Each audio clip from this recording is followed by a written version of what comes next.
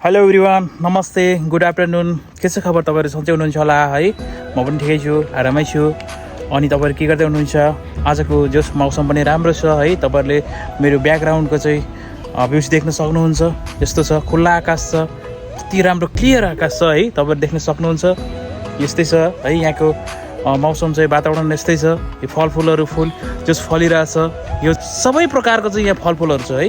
तपाईँहरू देख्न सक्नुहुन्छ, फलिरहेछ। अब खाने बेला त भएको छैन होइन। खाने बेला भएपछि तपाईँहरूलाई पनि सेयर गरौँला नि है। साथीहरू, म यस्तो ठाउँमा छु, हेर्नुहोस् त, माथि टपबाट चाहिँ यस्तो देखिन्छ यहाँको भ्यू छ है। तपाईँहरू देख्न सक्नुहुन्छ है। यहाँ चाहिँ यस्तो रमाइलो छ, कति अविस्मरणीय ठाउँहरू छ है। हेर्नुहोस् त, जङ्गल पनि नजिकै देखिरहेछ। यो चाहिँ हाइवे हो। यस्तै छ यहाँको ठाउँ चाहिँ, बस्ने ठाउँ चाहिँ यस्तो छ। तपाईँहरू देख्न सक्नुहुन्छ, हरियाली है। यहाँको दृश्य तपाईँहरू देख्न सक्नुहुन्छ, कस्तो राम्रो ठाउँ छ।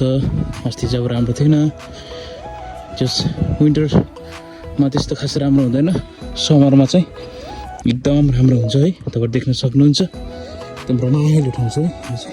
यो चाहिँ हरियाली भइसक्यो। हेर्नुहोस्, फुलहरू पनि कति राम्रो सजाएर चाहिँ चटक्क छ। वरिपरिको दृश्य हो है, हरियाली छ। म चाहिँ एकछिन बाहिर निस्किँदैछु, सट्ट केही रासनहरू लिएर आउनु पऱ्यो, मार्केटतिर जाँदैछु है। यस्तै छ यहाँको चाहिँ, तपाईँहरू देख्न सक्नुहुन्छ।